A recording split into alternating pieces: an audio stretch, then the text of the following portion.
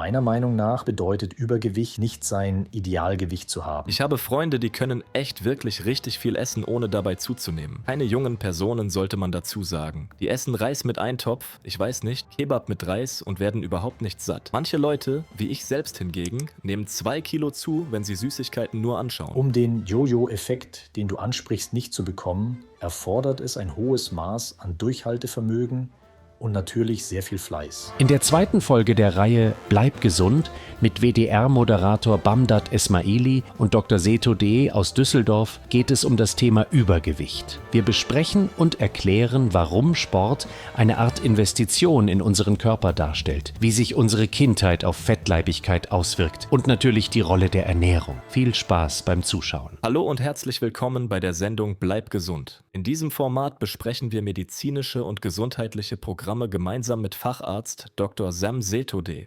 Dazu sind wir hier in der Praxis in Düsseldorf bei dir, lieber Sam. Nachdem wir in der letzten Folge gemeinsam über Abnehmspritzen gesprochen haben, wollen wir heute ein wenig allgemein über Fettleibigkeit sprechen. Zum Beispiel, wie Fettleibigkeit definiert ist, aber auch, wie man überhaupt fettleibig wird. Ja, hallo lieber Bamdad und liebe Grüße an alle Zuschauer. Meiner Meinung nach bedeutet Übergewicht nicht sein Idealgewicht zu haben. Nun, man kann über dieses Idealgewicht diskutieren. Idealgewicht aus meiner Sicht, aus gesellschaftlicher Sicht oder aus der Sicht des medizinischen Systems? Wie wird das definiert? Meiner Meinung nach ist es ein sehr wichtiges, aber auch sehr schwieriges Thema, was das Idealgewicht für dich oder für mich ist. Fühle ich mich wohl mit dem Gewicht, das ich jetzt habe? Oder wenn ich mich im Spiegel anschaue, mag ich es nicht und möchte anders aussehen, was mein Gewicht und meine Maße betrifft? Das könnte man als nicht ideal betrachten. In der Medizin hingegen wird Fettleibigkeit definiert anhand dessen, wie viel Gewicht im Verhältnis zur Körperoberfläche vorhanden ist. Man nimmt die Körpergröße zum Quadrat, teilt das Gewicht durch diese Zahl und erhält einen Wert. Dieser Referenzwert, der sehr bekannte Body Mass Index, kurz BMI, wird in bestimmten Normen akzeptiert, die von der Weltgesundheitsorganisation und medizinischen Gesundheitsorganisationen verschiedener Länder anerkannt sind und hier eine einheitliche Referenz schaffen soll. Der so errechnete Body Mass Index kann dann anhand seines Wertes zum Beispiel unter 18,5 liegen oder er liegt zwischen 18,5 und 25. Die Werte und ihre Klassen gehen bis 30, sogar bis 50 in der Skala. Anhand dieser Intervalle wird dann das Übergewicht entsprechend klassifiziert. Nun steht dieser Index auch in der Kritik. Besonders in den letzten Jahren wurde erkannt, dass der BMI keine wirklich perfekte und unproblematische Indikation ermöglicht. Es gibt Menschen, die zwar einen sehr niedrigen BMI zwischen 20 und 25 haben, laut BMI sind sie also im grünen Bereich, aber in MRT-Geräten wurde gezeigt, dass diese Personen dennoch 5 bis 10 Liter Fett im Bauchbereich haben. Und das kann natürlich nicht gesund sein. Umgekehrt zeigt dies, dass der BMI nicht immer neutral und zuverlässig ist. Also ich habe Freunde, die können echt wirklich richtig viel essen, ohne dabei zuzunehmen. Keine jungen Personen sollte man dazu sagen. Die essen Reis mit Eintopf, ich weiß nicht, Kebab mit Reis und werden überhaupt nicht satt. Manche Leute, wie ich selbst hingegen, nehmen 2 Kilo zu, wenn sie Süßigkeiten nur anschauen. Was hat das mit Genetik zu tun? Warum nehmen manche nicht zu, egal was sie tun, und andere tun nichts und werden dick? Das ist ein sehr interessantes Thema. Die Genetik spielt hier definitiv eine Rolle. Übergewicht kann genetisch bedingt sein. Viele unserer Eigenschaften können über Generationen hinweg weitergegeben werden. Manche Gene können Krankheiten sein, andere gute Gene können gewinnbringende Gene sein. So ist der eine oder die andere Person eben etwas besser ausgestattet, aber es hängt auch sehr stark vom Lebensstil ab. Wenn Sie ständig Süßigkeiten essen und wenig körperliche Bewegung haben, dann ist es natürlich, dass die Kalorien, die Sie zu sich nehmen und das Insulin, das in Ihrem Körper ausgeschüttet wird, dazu führen, dass diese überschüssigen Kalorien als Fett in Ihrem Körper gespeichert werden. Und einige Personen haben einen hohen Stoffwechsel aus Gründen, die schwer zu erklären sind, warum dies auf Person A zutrifft und auf Person B nicht. Es kann sein, dass eine Person viel isst, aber keine Snacks zwischen den Mahlzeiten isst und deshalb mehr essen kann im Vergleich zu einer Person, die auch zwischen den Mahlzeiten Snacks zu sich nimmt. Der Beruf hat ebenfalls einen großen Einfluss. Je nach Beruf, den Sie ausüben, ist Stress ein sehr, sehr wichtiger Faktor. Ein Beispiel: Wenn eine Person viel Stress hat und das Hormon Cortisol, das wir alle kennen, ausgeschüttet wird, führt dies dazu, dass die Fettmenge zunimmt. Stressbedingtes Cortisol ist hier ein Beispiel. Insgesamt hängt es stark von den Hormonen im Körper und dem Alter der Person ab, ob das Übergewicht insgesamt zunehmen oder abnehmen kann. Der hormonelle Haushalt im Körper ist natürlich auch genetisch veranlagt. Dennoch ist dies nicht alleinstehend der Grund für Übergewicht. Hier spielen insgesamt mehrere Faktoren eine Rolle und es ist, wie gesagt, nicht immer ganz eindeutig. Eine Tatsache auf der anderen Seite, die bewiesen wurde, ist, dass Übergewicht in der Kindheit entsteht. Dicke Kinder werden dicke Erwachsene sein. Schau, ich habe dicke Kinder gesagt, nicht große Kinder. Ein Kind kann groß sein, aber wenn es sich gesund ernährt und in der Kindheit nicht übergewichtig ist, macht das einen Unterschied. Aber besonders in den Ländern, in denen man pummelige Kinder mag, ist es gewollt, aus vielen unterschiedlichen Gründen, dass ein Kind pummelig aussieht. Dies wird jedoch in der Zukunft mit hoher Wahrscheinlichkeit für dieses Kind zu Übergewicht im Erwachsenenalter führen. Denn die Fettzellen, die in der Kindheit entstehen, bleiben im Erwachsenenalter wie ein Gedächtnis und führen zu Übergewicht. Daher sollte man dies in meinen Augen schon ernst nehmen und nicht belächeln. Ab wann kann Übergewicht gefährlich werden? Gibt es hierzu Anhaltswerte? Wir kommen zurück zu dem bereits erwähnten Maßstab, dem Body Mass Index. Bis zu einem Wert von 25 befinden wir uns laut BMI im grünen Bereich. Ab 25, dem gelben Bereich, spricht man von Übergewicht. Der rote Bereich fängt bei einem BMI von 30 an und bedeutet Adipositas Grad 1. Aber noch wichtiger ist der Taillenumfang und der Hüftumfang. Wir haben in der vorherigen Sendung darüber gesprochen, dass für Männer ein Taillenumfang bis 94 cm normal ist, für Frauen hingegen bis 80 cm. Ab 102 cm beginnt für Männer und ab 88 cm für Frauen der rote Bereich und das vollkommen unabhängig vom Body Mass Index. Das heißt konkret, wenn jemand einen Body Mass Index von 22 hat, aber als Frau einen Taillenumfang von 90 cm, dann wird diese Person für mich als übergewichtig betrachtet. Nun, wir wissen ja eigentlich alle sehr wohl, dass man durch Sport und gesunde Ernährung tatsächlich abnehmen und gesund leben kann. Das ist ja kein Geheimnis, wenn wir ehrlich sind. Aber die meisten tun das nicht. Und viele versuchen zu schummeln. Zum Beispiel gibt es Medikamente, die den Appetit zügeln. Oder auch die Injektionen, über die wir in der letzten Sendung gesprochen haben. Mit der Abnehmspritze kann man tatsächlich Gewicht verlieren. Ich habe auch von Tabletten gehört, die angeblich bewirken, dass man sich satt fühlt und weniger isst, wodurch man abnimmt. Was hältst du von diesen Methoden? Ist das der richtige Umgang mit Fettleibigkeit? Ist das wirklich eine sinnvolle Lösung? Wie siehst du das? Nun, als Arzt kann ich sagen, dass ein Medikament benötigt wird, wenn eine Krankheit vorliegt. Andererseits wird Fettleibigkeit in der modernen Medizin zwar als Krankheit betrachtet, aber Übergewicht ist nicht offiziell anerkannt. Wenn es anerkannt wird, wird es für jede medizinische oder gesundheitliche Organisation des jeweiligen Landes sehr hohe Kosten verursachen. Ja, denn Fettleibigkeit ist eine Krankheit. Es ist eine Krankheit, die eine Person in Form von Übergewicht mit sich trägt, bis sie die roten Linien überschreitet und Herzkrankheiten, Arterienprobleme und Diabetes entstehen. Werden diese Krankheiten anerkannt, muss dann die Versicherung die medizinischen Kosten dieser Person übernehmen. Und leider ist in vielen Ländern die Prävention dennoch sehr gering. Die Prävention muss die Person selbst durchführen. Ich persönlich bin allgemein absolut dagegen, dass jeder einfach so Medikamente nehmen sollte. Medikamente, die man mit einem Rezept vom Arzt holen muss, dann zur Apotheke geht, um sie zu bekommen und nur verwendet, um Gewicht zu verlieren. Obwohl gar nicht klar ist, ob wirklich Übergewicht vorliegt oder nicht. Das kann ich nicht befürworten. Ich befürworte, wenn jemand einsieht, dass man seinen Lebensstil oder das System, in dem man lebt, langfristig ändern muss. Das ist ohne Frage eine sehr schwierige Aufgabe. Man muss seine alten Gewohnheiten ablegen und neue, gute Gewohnheiten annehmen, um aus dem alten System herauszukommen. Sei es bei der Ernährung, körperlichen Aktivität oder der Art, wie man lebt.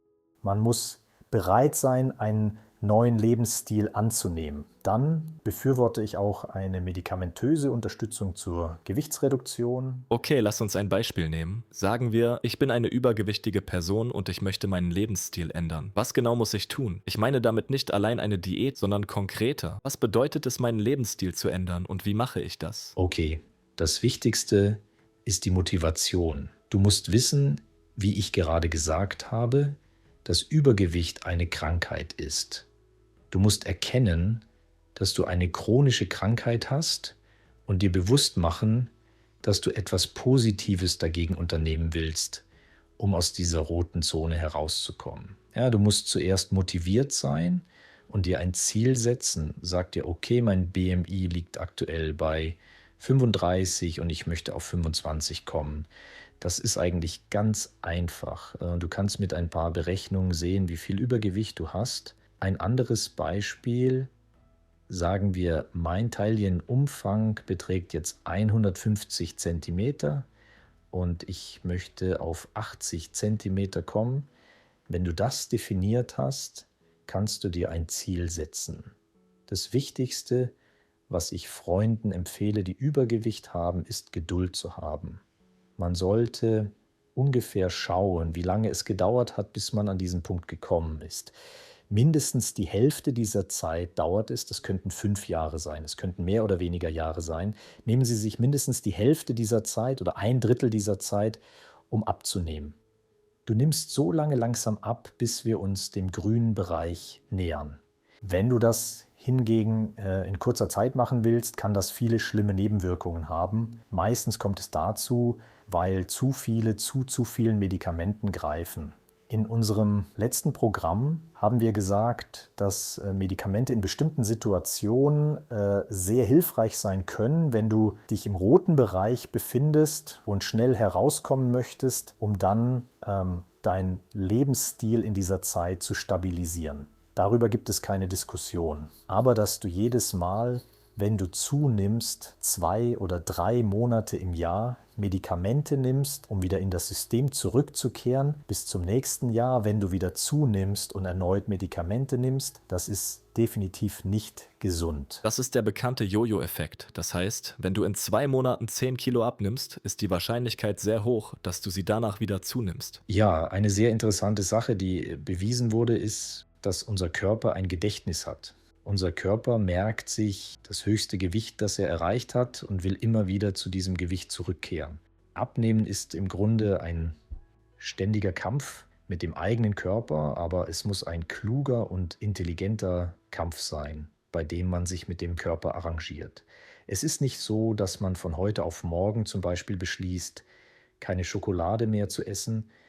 Meiner Meinung nach kann man die Schokolade, die man in 2 Tagen konsumiert hätte, besser über 4 Wochen verteilen. Nun, die Menge zu reduzieren, ist auch psychologisch gut. Und wenn du ab und zu ein Stück Schokolade isst, ist das auch kein Problem. Es gibt ein bekanntes Sprichwort, das besagt, dass zum Abnehmen ein Verhältnis von 30:70 notwendig ist. 30% Sport, 70% Ernährung. Kannst du dem so zustimmen? Ehrlich gesagt ist mir das nicht sehr vertraut, aber wenn es um Ernährung geht, kann ich dem zu einem gewissen Grad schon zustimmen, weil... Ernährung schon wichtiger als Sport ist. Kann man das so sagen? Genau, das wollte ich bestätigen. Du kannst viel Sport treiben, aber wenn du keine angemessene Ernährung hast, wird es schwierig. Wenn du über 25 oder 30 Jahre alt bist und zwar zwischen 5 und 7 Mal pro Woche trainierst, aber ungesunde Lebensmittel zu dir nimmst, wirst du deinem Körper und deiner körperlichen Leistungsfähigkeit definitiv schaden. Denn einerseits belastest du deinen Körper durch das Training und andererseits verursachen die ungesunden Lebensmittel Entzündungen, die das Muskelwachstum und deine Leistungsfähigkeit nicht fördern. da kann man sich sicher sein, dass dies nicht gut ist. Das heißt, mit anderen Worten, ich kann das bis zu einem gewissen Grad bestätigen. Wie wissenschaftlich das jedoch ist, dass es 30:70 sein soll, das weiß ich nicht genau. Aber Ernährung spielt definitiv eine wesentliche Rolle. Und ein weiteres wichtiges Thema, das ich oft von faulen Freunden höre, ist: Ich fange morgen an. Nehmen wir ein Beispiel. Heute gehen wir nochmal eben schnell irgendwo hin und essen kurz dieses und jenes. Aber ab morgen mache ich Sport. Ab morgen starte ich durch. Ab morgen werde ich gesund essen. Ich werde alles richtig zubereiten, gesund kochen und so weiter. Woher bekommt man die Motivation zu sagen: Hey, fang doch gleich heute an? Das ist meiner Meinung nach eine Art Erziehung. Seit meiner Kindheit habe ich immer Sport gemacht. Ja, in den letzten 30 Jahren kann ich genau sagen, dass ich dieses Gewicht, das ich jetzt habe, immer gehalten habe. Natürlich mal mit 2 Kilo mehr oder weniger, denn es gibt immer Zeiten, in denen man weniger aktiv ist. Zum Beispiel, wenn man krank wird, sich die Hand bricht oder operiert wird. In solchen Zeiten nimmt man dann etwas zu, dann muss man besonders auf die Ernährung achten. Wenn man gesund ist und Sport treibt, kann man sich umgekehrt erlauben, mehr zu essen. Man muss eine Basis schaffen und diese kontinuierlich beibehalten. Das bedeutet, dass jemand, der sein Gewicht halten und den von dir erwähnten Jojo-Effekt vermeiden möchte, nur durch Beständigkeit und Geduld Erfolg erzielen kann. Man muss wirklich Geduld groß auf ein Blatt Papier schreiben, irgendwo aufhängen und kontinuierlich immer wieder und wieder eine Reihe von Aktivitäten durchführen. Das heißt, du solltest zwischen 3 und 5 Mal pro Woche körperlich aktiv sein. Eine Woche könnten es 3 Mal sein, eine andere Woche 5 Mal, eine Woche könnte es 6 Mal sein. Dann kannst du für die kommenden Wochen, in denen du vielleicht 3 Monate Pause machst und überhaupt keinen Sport treibst, vorsorgen. Ein Gedanke, der dir dabei helfen kann, ist, dass das, was du heute tust, wie eine Investition für die Zukunft ist. Du legst etwas in ein Sparschwein, das du später nutzen kannst, wenn dir das klar wird, dass du das für deine Gesundheit in den nächsten 10 Jahren tust und dich jetzt gut fühlst, weil du dein Gewicht hältst, dann bin ich mir sicher, dass insgesamt die extremen Höhen und Tiefen weniger werden und damit auch der Jojo-Effekt. Aber es ist keine leichte Aufgabe. Man muss einfach die Wahrheit sagen, selbst für mich als Sportler ist es nicht einfach. Man muss ständig an seiner Motivation arbeiten, immer und immer wieder. Also wenn ich das mal zusammenfassen darf: Gesunde Ernährung sowie Sport und Bewegung können tatsächlich helfen, Fettleibigkeit zu reduzieren. Womit wir eigentlich zu unserer nächsten Folge, dem 3. Teil, kommen, in der wir uns genau mit diesem Thema beschäftigen. Was bedeutet gesunde Ernährung? Was sind gute Kohlenhydrate? Was sind gute Fette? Was sind die Bestandteile unserer Ernährung und welche Auswirkungen haben sie auf uns im Kontext der Fettleibigkeit?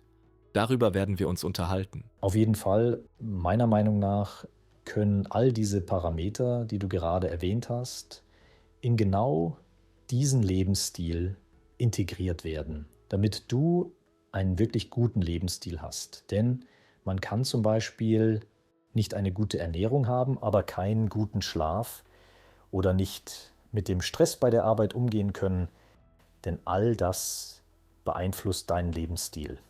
Egal wie stark deine Motivation ist, mit einer schlechten Ernährung wirst du dich von einer guten Mitte in Balance viel schneller mit Aufs und Abs entfernen.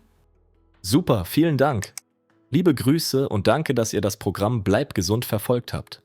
Wenn ihr Vorschläge oder Themen habt, die ihr interessant findet und die wir behandeln sollten, schreibt es uns bitte gerne unter dieses Video. Bis zum nächsten Mal, wir sehen uns in der 3. Folge und natürlich bleib gesund.